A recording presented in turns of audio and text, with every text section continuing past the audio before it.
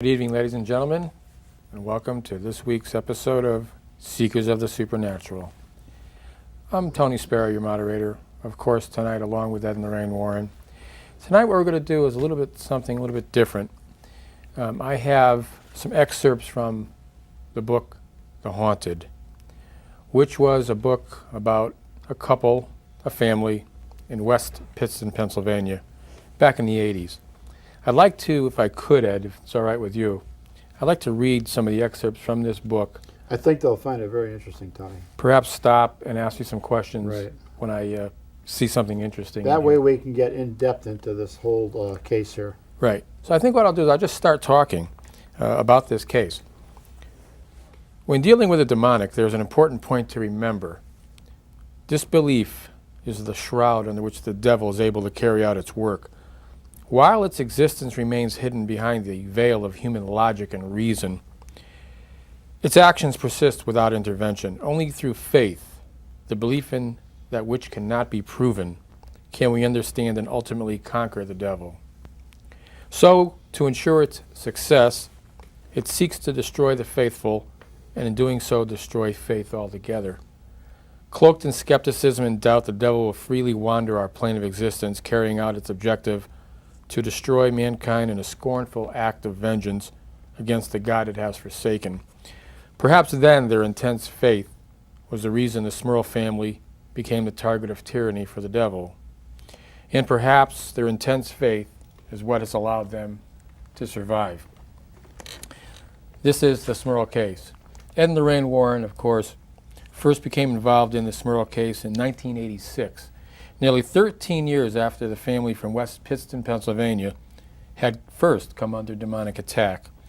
For the 13 years preceding, the Smurl family had endured an unending barrage of unnatural and terrifying phenomena.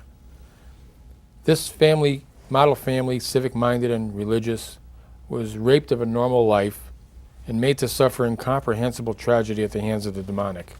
The details of all the events in the Smurl case are too many to recount in this outline of the full story. Instead, significant events and relevant occurrences have been highlighted for the purposes of showing the motive, strategy, or sheer mercilessness of the demonic. Still, it is important to relay that for the most part, the horrific events continued on a near daily basis. Each day brought new terror. Some days were worse than others. Sometimes the events would seem to let up even for weeks at a time, giving the family the false hope that the problem had solved itself. That's right. But always it would return, each time further breaking the will of the family. In 1973, the Smurls had purchased and moved into a duplex in West Pittston, Pennsylvania. Janet, Jack, and their two young daughters, Dawn and Heather, occupied one half of the house, while Jack's parents, John and Mary, occupied the other. They lived happily for a short time in the house, taking joy in life's pleasures. It was soon after the move, however, in 1973, that certain unusual phenomenon began. As is often the case, the incidents began harmlessly. Drawers mysteriously opened and closed of their own accord, unplugged radios blared loud music, and rocking chairs swayed back and forth when no one was in them. Now, right there, what's happening? Those are the beginning stages of infestation. When people have a haunting that's going to occur, a really bad one, these are all the things that occur to those people. Doors opening and closing, footsteps, psychic cold spots, hearing what we call magic whispering. These are all the beginning stages, Tony. But they're minor by comparison to what's going to happen. Oh, yeah. Then it says here, a strange and fetid odor lingered in the house, its source unknown. Claw marks scratched into wood appeared in the newly remodeled bedroom. As often as was possible, the family tried to attribute the events to logical explanations. Still, the incidents continued, even after the birth of their twin daughters, Karen and Sharon, in 1977. Could all that was happening be explained away with logical reasoning? Unfortunately, the odds were quickly turning on the Smurls. Is that what most people do? Yeah, the Smurls were the all-American family, really. You know, they were civic-minded. They had, in fact, Jack Smurl had started the first girls' basketball team in West Pittston. They were all around American family. So people would say, well, what did they do to open up the doors? They didn't do anything. They are what we call the chosen ones. When I say chosen ones, this family here, very religiously oriented, good Catholics, good Christians were picked for one purpose. God wanted to show his power over evil, and these were the people he did it through. It says here, in one particularly horrifying event, Janet recalls being downstairs in the basement doing laundry when she heard a faint voice call out her name. She looked the basement over quickly, and the source of the voice, but she couldn't find anything. Again she heard her name, Janet. Her fear heightened as she spun around. She knew no one was home, yet she had the distinct feeling that she was not alone. When the voice called a third time, Janet responded, "What do you want?" The voice did not answer but continued to call her name. Now, what's that all You know how about? many people hear voices like this in their homes? They hear the wife pull up in a car, open the door, come in, set the groceries down. The husband will yell up, "You're home, honey?" He goes up, there's nobody there. These sounds come through telepathy. They're telepathically projected to the listener. Now- This is what she was hearing. Now, you also notice, Tony, now they're beginning to show fear. Yeah, because it says here that she immediately located her rosary beads and began praying. Yes. And it says, in another incident, while folding clothes one afternoon, Janet felt a sudden chill enter the room. She glanced up and watched as a dark figure, human in form, glided past her and made its way to the living room. With a paralyzed fear, she just stood and stared. Yeah. After a few moments, she mustered the strength to follow the path of the dark visitor into the living room, which she found to be empty. Shaken, she decided to visit Jack's mother, Mary, who lived in the other half of the duplex. Upon entering the other half, Janet noticed that Mary was visibly upset. She sat upright in her rocking chair, gripping the arms of the chair. Before Janet could explain the strange event that had just occurred, Mary explained that a dark figure had just come through the wall and passed through the house. Shadow ghosts. Shadow ghosts are the most dangerous. They can actually solidify to the extent that they're almost like cement. And of course, Tony, they could walk right through the walls. Oh, no Doesn't problem. mean anything whatsoever. But now both women are frightened, so now they're feeding it. Says there were also incidents that occurred in full view of more than one family member. An exceptionally disturbing event occurred one night in the summer of '85. While lying in bed, curled up in Jack's arms, Janet suddenly felt a force grab her leg and begin to pull her from the bed. Jack recalls it was like a tug of war going on. I was holding on to her as hard as I could because I had no idea what the thing wanted to do to her. But the harder I tried to keep her next to me, the harder it pulled on her. Eventually, the force subsided on its own. That same night, both Jack and Janet were subjected to horrible pounding, mysteriously coming from the inside of their wall, and a stench so horrible filled the room, and they were forced to leave. Now, what do you think was happening there? Yeah, well, what happens here is that solidification takes place around Janet's leg, almost as though something was grabbing her, and pulls her out of the bed. Fortunately, Jack was holding on to her. But most of the time, the husband can't even hold on to the wife. She's just pulled right out. These are, again, all the beginning stages of infestation. Much worse things are going to take place to this family. The levitations, the smells, the odor that they smelled. Yeah, that's the demonic. Yes. The inhuman spirits, devils or demons, hate human beings. They were created by God. They go into the dark areas during the light hours of the day. Where do they go? They go into the graves, into these old ancient graves. They love to see a body deteriorating. This was God's creation. That's why when people say, oh, this thing entered the room and I could smell this foul thing like garbage or something dead, that's because this thing has been in the grave somewheres. Oh, boy. No family member was exempt, it says. The children complained of people floating around their beds at night and intense fluttering sounds as if a large winged beast were in the room. On more than one occasion, the younger children, Karen and Shannon, were tossed from their beds, thrown across the room like rag dolls. Jack would run to the screaming children, finding them in a heap on the floor, bruised and frightened. Then it says even the family dog, Simon, was subjected to the phenomenon, coming to the aid of Janet, who was being choked by an invisible force. And then it just says the dog was, and it says a question mark. The incidents could no longer be ignored. Although they had talked about it before, Jack and Janet now giving serious consideration to the idea that their problem was beyond that of logic and reason. What they were experiencing was something unnatural.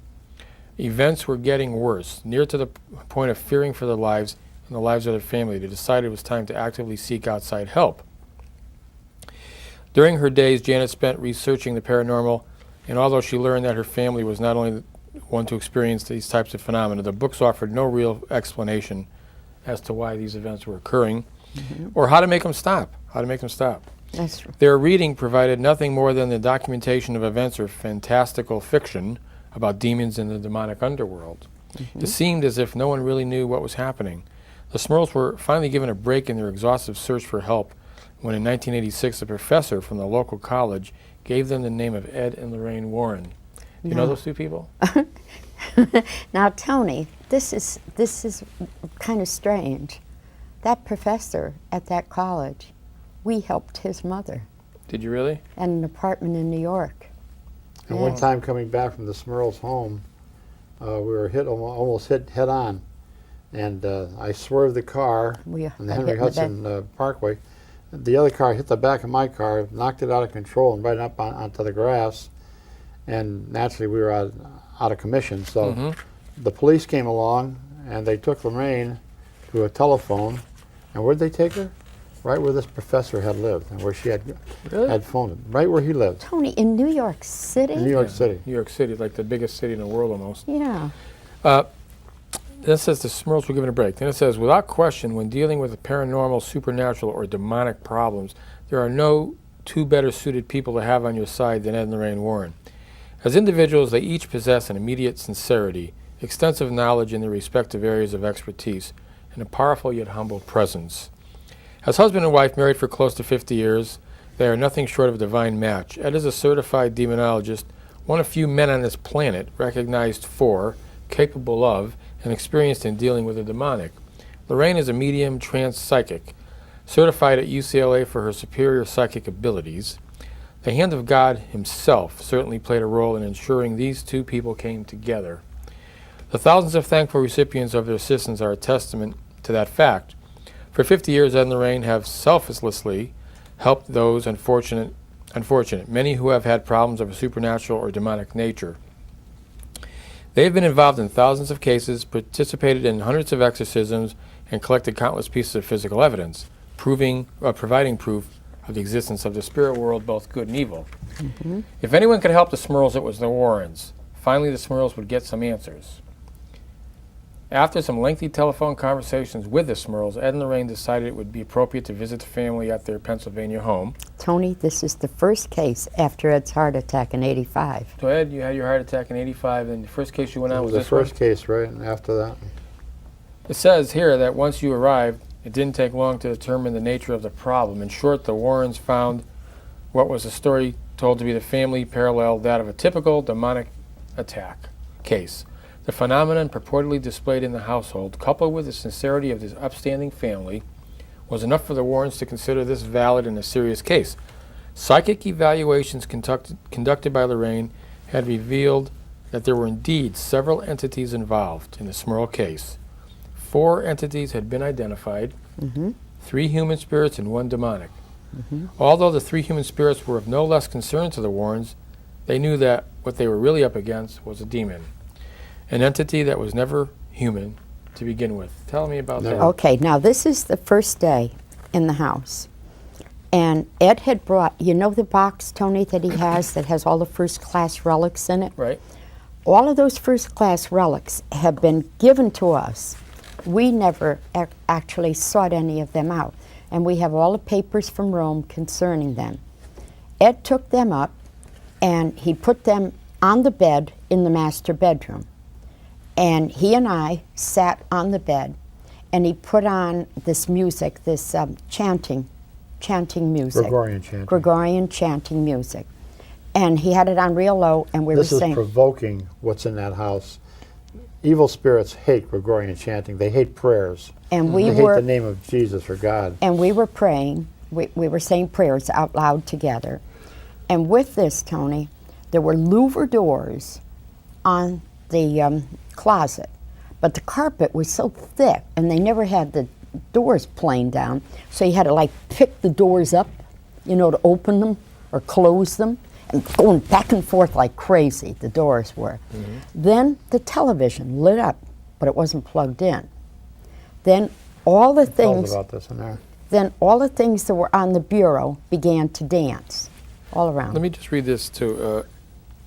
It says, as if dictating the past 13 years of the Smurl's family experience, the Warrens laid out the different stages, strategies, and common procedures used by the demonic in an evil campaign. As the Smurls had experienced, the phenomena had started relatively harmlessly. This is referred to as the infestation period of a demonic attack.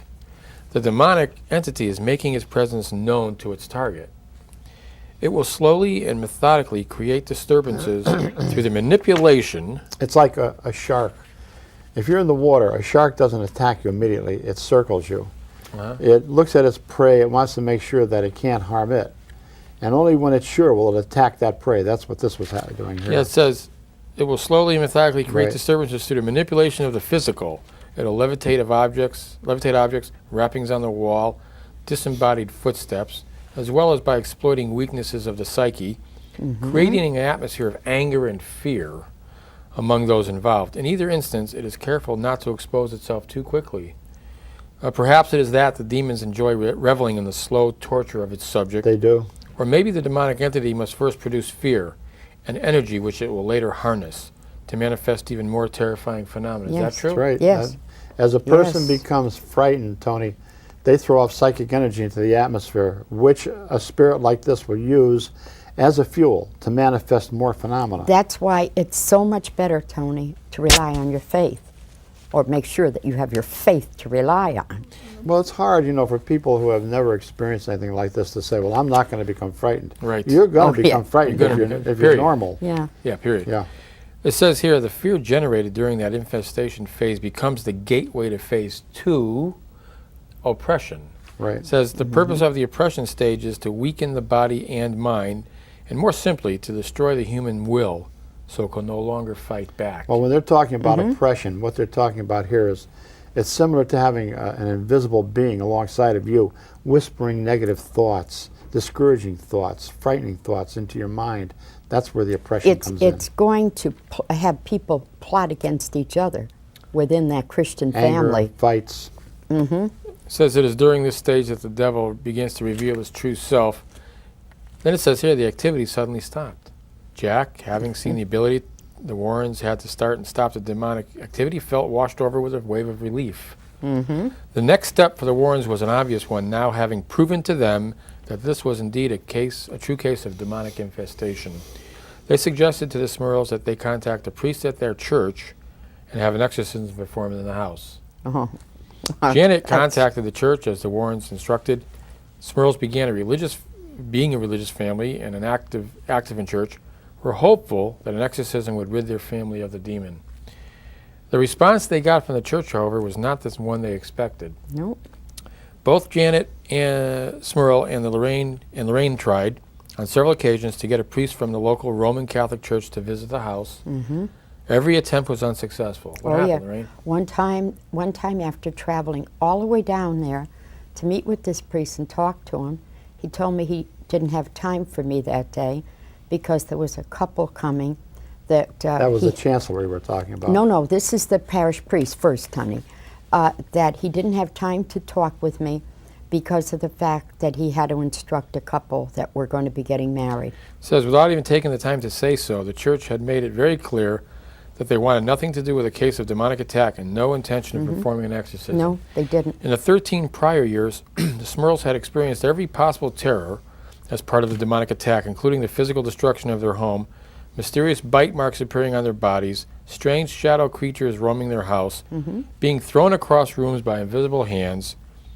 As horrible as those events were, they seemed to pale in comparison to the realization that their own church had turned its back on them. And they didn't lose faith. That's amazing that they didn't. They did not lose their faith, Tony. Not once did they lose their faith. Because it says here their entire lives had focused around the church. It did. The Smurls It passed did. the values of the church down to their children as they had been passed to them through parents. They attended Mass every week and had remained heavily involved in church activities. The faith in the Smurl family was remarkably strong. It was. And now, when they needed its help the most, the church had denied them. It was painful, angering, and frustrating all at the same time. The news came as equal surprise to the Warrens, whose faith in the Roman Catholic Church is of particular relevance to their livelihood and spiritual well-being. Ed and Lorraine told the Smurls to remain faithful. They would contact a friend of theirs in the church, whom they had worked with on several occasions. He would help. Right. Meanwhile, the Warrens arranged for an exorcism from another priest, and the Smurl house was fervent with demonic activity at that point. It was as if they were being punished by the demon for seeking help. Activity heightened in both frequency and intensity. In what was likely the most terrifying experience in his life, Jack recalls the night he was physically and sexually attacked by a succubus. This was tell me a what that horrible. succubus is? Yes, a succubus is a demon who attacks the male physically and sexually. The incubus attacks the female physically and sexually. These are the most horrendous types of attacks, as you'll hear Jack's description of it now. It says here, the following quotes were extracted from a taped interview with Jack Smurl, and this is what Jack says. "To be honest, I even hate to think about her. Her skin was paper white, but it was covered in some places with the scaly surface I mentioned, and then at other places with open sores, the kind you'd think a leper would have or something.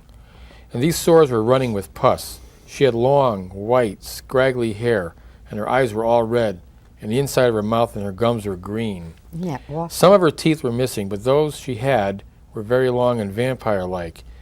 Then she mounted me in the dominant position and started riding me. That's the only way I can describe it. I don't remember feeling anything at all, other than panic and complete terror. Isn't that horrible? I could tell she was having orgasms because she would give little jerks and her smile would broaden.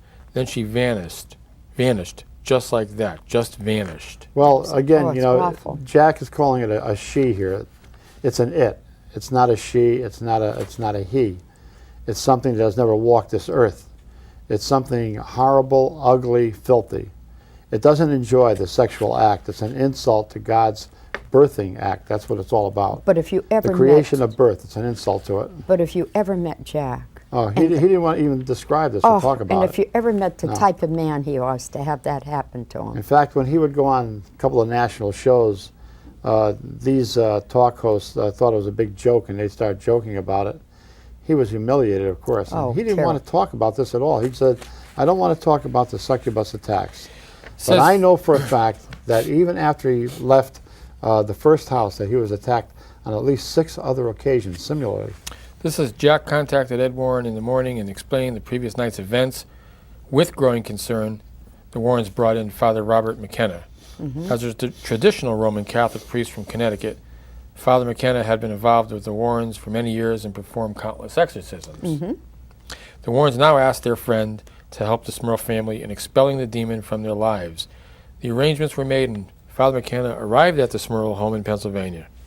After a brief conversation with the family, he donned his vestments and began the formal rite of exorcism. Father McKenna moved from room to room, sprinkling holy water and reciting holy words in Latin. He carried with him a crucifix, a large rosary, and a relic of a saint. After he completed the inside of the house, he moved to the outside, where he performed the same rites on the plot of land surrounding the house. Once the exorcism was complete, the Smurls thanked Father Robert McKenna, and he packed up and returned back to Connecticut. Although the exorcism had proven temporary relief from the demonic attacks, it did not rid the Smurls of the problem completely. The Warrens kept a close watch over the Smurls, and soon were hearing reports from the family that activity had once again resumed. Levitating objects, the return of the fetid odor, and rappings on the wall marked the return of the demon. The family was crushed. Both the Warrens and Father McKenna had warned them that an exorcism is not always successful, but the Smurls so hoped that this would be the end of the problem. Right? Again, Father McKenna was brought to the house for a second attempt. As in the first exorcism, he blessed each room, repeated the exorcism prayers in Latin.